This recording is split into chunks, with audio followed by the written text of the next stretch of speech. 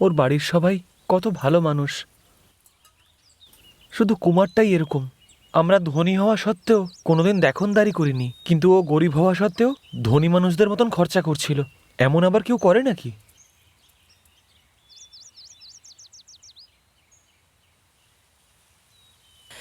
শোনো না, একটা কথা জানার ছিল, তুমি যদি কিছু মনে না না করো। দিদি, আপনি জিজ্ঞেস করুন না।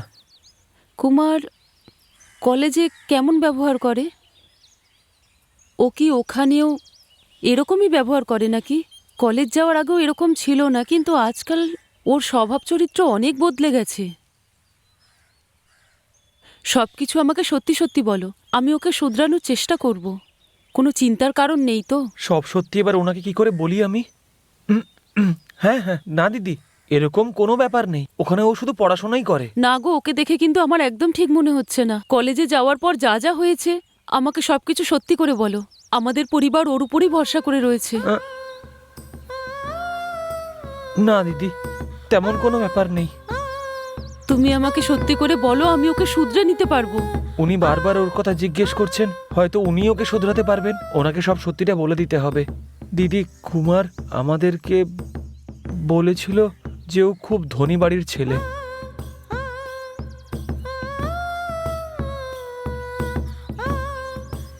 আমরা সবাই ওকে কোটিপতি ভাবতাম, কিন্তু সত্যিটা জানার পর আমার চোখ ফেটে জল আসছে।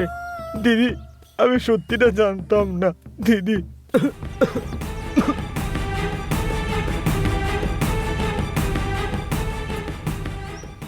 দিদি, আর কি বলবো আপনাকে।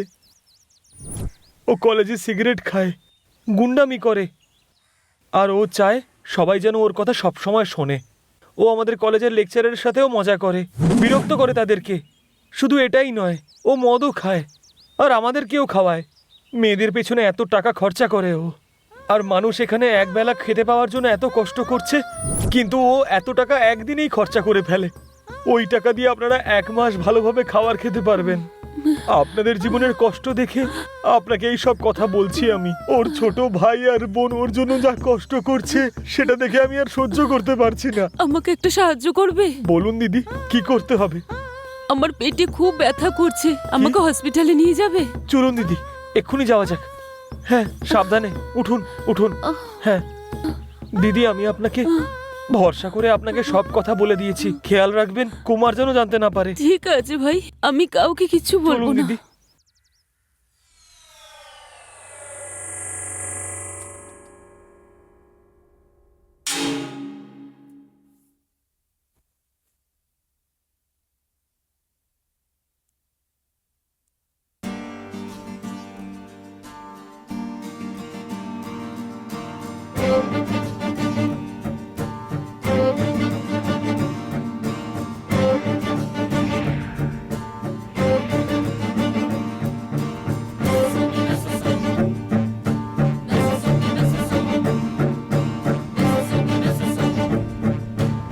আচ্ছা, তাহলে কুমার, একে তো আমি শেষ করে দেব। দাদা, আমাদের সম্মান নিয়ে খেলা করলি তুই।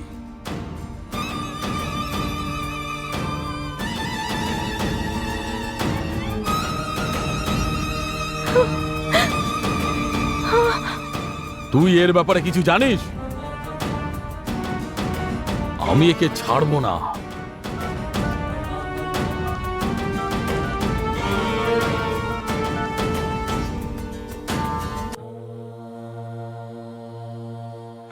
হ্যাঁ বলো রাকেশ। তুমি জানো তোমার বোন কি করেছে? কি হয়েছে? আরে ও একটা ছেলেকে ভালোবাসে, একটা ছেলেকে ভালোবাসে। কি বলছো কি তুমি? আর ওকেই বিয়ে করবে এটা বলছে ও। এবার তুমিই বলো কি করব? সব সম্মান নষ্ট হয়ে গেল। আরে এটা আমি কি করতে পারি? এ নিজের বান্ধবীর সঙ্গে কথা বলছিল, এই কথাটা শুনে মার হার্ট অ্যাটাক হয়ে গেছে।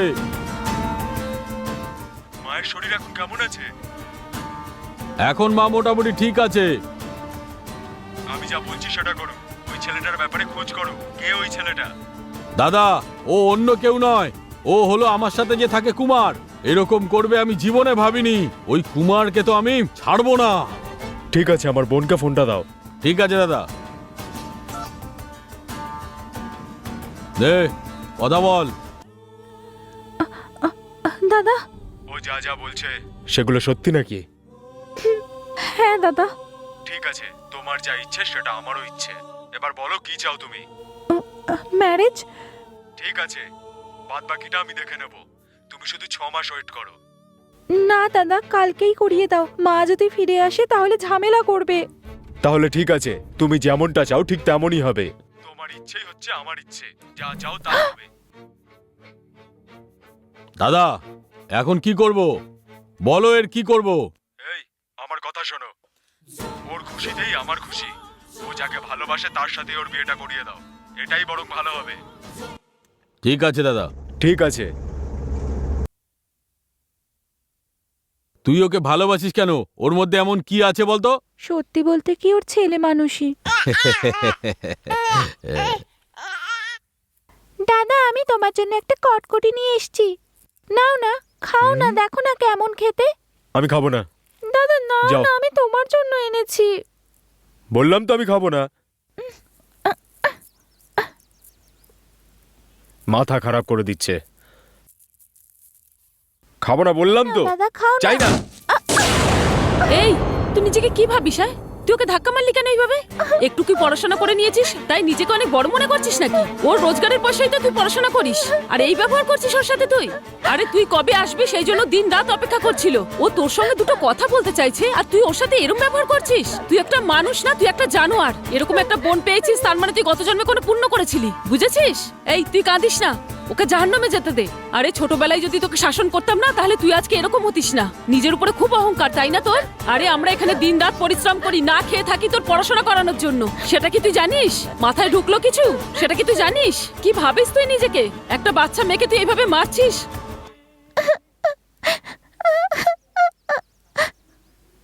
তুমি জানো না যে আমি কে।